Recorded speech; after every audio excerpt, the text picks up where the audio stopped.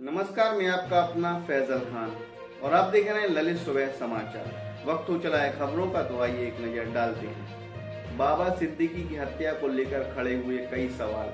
महाराष्ट्र चुनाव से पहले कई राउंड हुई फायरिंग। महाराष्ट्र के पूर्व मंत्री और अजित पवार की अगुवाई वाली राष्ट्रवादी कांग्रेस पार्टी एनसीपी के नेता बाबा सिद्दीकी की मुंबई के बांद्रा इलाके में गोली मारकर हत्या कर दी जाती है। बाबा सिद्दीकी के ऊपर 5 गोलियां चलाई गईं, जिनमें 3 गोलियां उन्हें लगी। गंभीर स्थिति में लीलावती अस्पताल में भर्ती कराया गया था।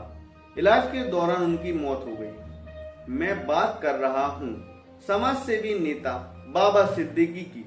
घटनाक्रम ऐसे हुआ जो समझ से परे है। मुंबई के बांद्रा इलाके में समाज सेवी नेता की सरेआम गोली मारकर हत्या कर दी जाती है, वो भी एक ऐसे नेता की जिसका विवादों से दूर दूर तक कोई नाता ना रहा हो। कहीं ना कहीं कानून व्यवस्था पे सवाल खड़े होते हैं। मुंबई में एनसीपी नेता बाबा सिद्दीकी को 22 श्रेणी की सुरक्षा मिली हुई थी और वह सत्ता पक्ष के नेता थे। उसके बावजूद उनकी हत्या हो जाती है। सवाल तो खड़े होंगे ही। सुरक्षा में कहीं ना कहीं एक बड़ी चूक हुई है। मुंबई में कानून व्यवस्था की उड़ी धज्जियां। आखिर जिम्मेदार कौन? महाराष्ट्र के मुंबई में कानून व्यवस्था को हाथ में ले लिया गया। कई राउंड फायरिंग कर दी गई। बदमाशों ने बेखौफ होकर एक चर्चित एनसीपी के दिग्गज नेता को मौत के घाट उतार दिया जाता है। सवाल तो खड़े होंगे ही। और फिर महाराष्ट्र के मुख्यमंत्री एकनाथ शिंदे कहते हैं कि कानून व्यवस्था को हाथ में लेने वालों के खिलाफ सख्त कार्रवाई के आदेश दिए हैं, लेकिन बदमाशों ने तो कानून तो हाथ में लिया है, साथ ही साथ पिस्टल भी हाथ में ले ली। अब देखते हैं क्या कार्रवाई अमल में लाई जाती है। बॉलीवुड से था गहरा नाता।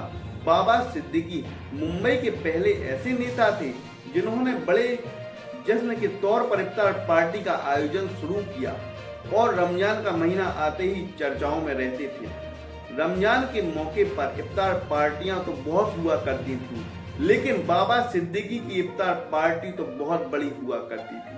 हमेशा से जिस तरह से बॉलीवुड के लिए फिल्म फेयर अवार्ड महत्वपूर्ण रहा करता है, वैसे ही हमेशा से बाबा सिद्दीकी की इफ्तार पार्टी हुआ करती थी। इस इफ्तार पार्टी में हर बड़े से बड़े फिल्मी कलाकार शामिल हुआ करते थे।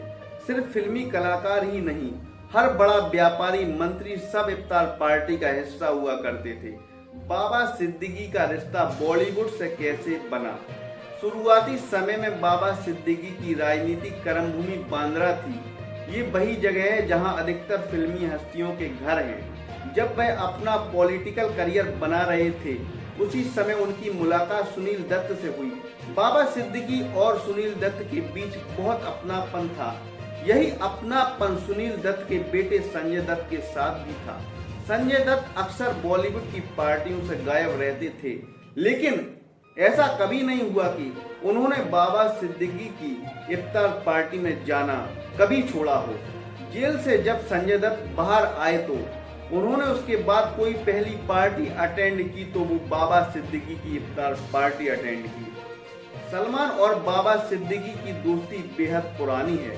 साल 2020 और साल 2021 में हुए कोरोना लॉकडाउन के दौरान सलमान की टीम ने बाबा सिद्दीकी के बेटे जीशान सिद्दीकी के साथ मिलकर जरूरतमंद लोगों को मदद का इंतजाम किया था।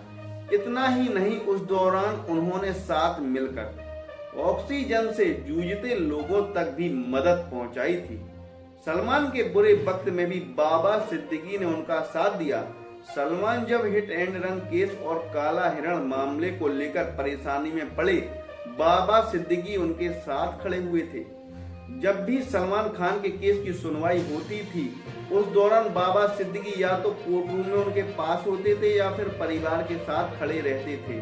जब सलमान खान को लॉरेंस बिश्नोई गैंग ने जान से मारने की धमकी दी थी, तब भी बाबा ने इस पर अपना अफसोस जताया था। उन्होंने सलमान को जान से मारने की धमकी देने वालों को पकड़ने की मांग भी की थी। अभिनेता Salman Khan big boss season 18 की शूटिंग कर रहे थे। जैसे ही घटना की सूचना मिली, शूटिंग बीच में ही रोककर लीलावती अस्पताल में सिद्दीकी परिवार से मुलाकात करने पहुंच गए थे। बाबा सिद्दीकी ने सलमान खान और शाहरुख खान को गले मिलाया। आज सलमान और शाहरुख एक साथ दिखते हैं तो इसमें कोई चौंकाने वाली बात नहीं रहती, लेकिन सलमान और शाहरुख की 5 साल पुरानी दुश्मनी को बाबा सिद्दीकी ने 2013 की थर्ड पार्टी के दौरान दोनों की दुश्मनी को गले लगवाकर खत्म कराया था। बाबा सिद्दीकी का राजनीतिक सफर। बाबा सिद्दीकी मुंबई प्रदेश कांग्रेस कमेटी के सदस्य बन गए। 1992 और 1997 में बाबा सिद्दीकी कांग्रेस के टिकट पर मुंबई सिविक बॉडी के लिए कॉर्पोरेटर चुने गए थे। साल 2019 में उन्होंने बांद्रा वेस्ट से विधानसभा चुनाव लड़ा और पहली बार विधानसभा के लिए चुने गए। इसके बाद 2014 तक लगातार विधायक चुने जाते रहे। नवंबर 2004 से दिसंबर 2008 तक महाराष्ट्र की विलासराव देशमुख सरकार में वो खाद्य आपूर्ति मंत्री थे।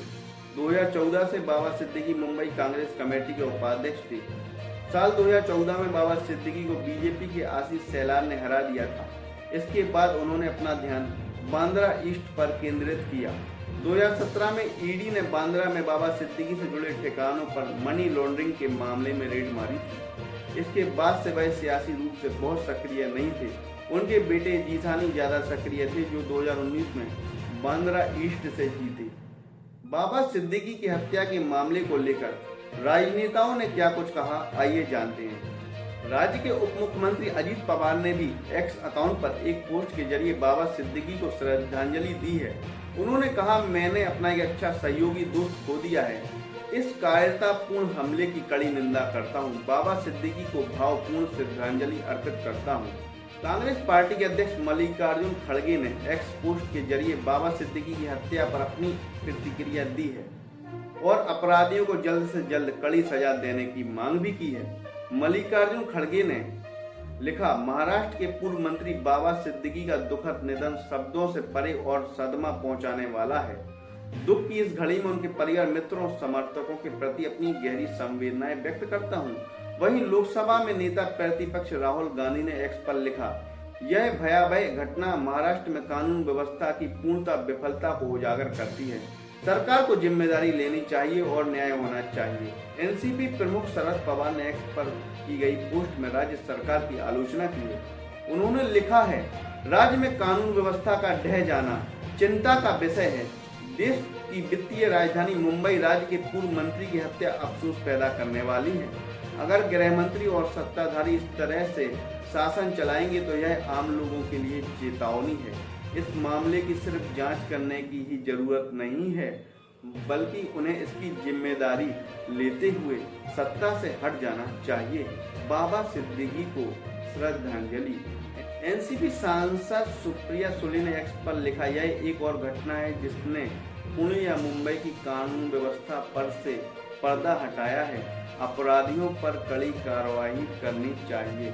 शिवसेना नेता आदित्य ठाकरे ने कानून व्यवस्था पर सवाल उठाते हुए लिखा है, यह घटना महाराष्ट्र की कानून व्यवस्था की पोल खोलती है।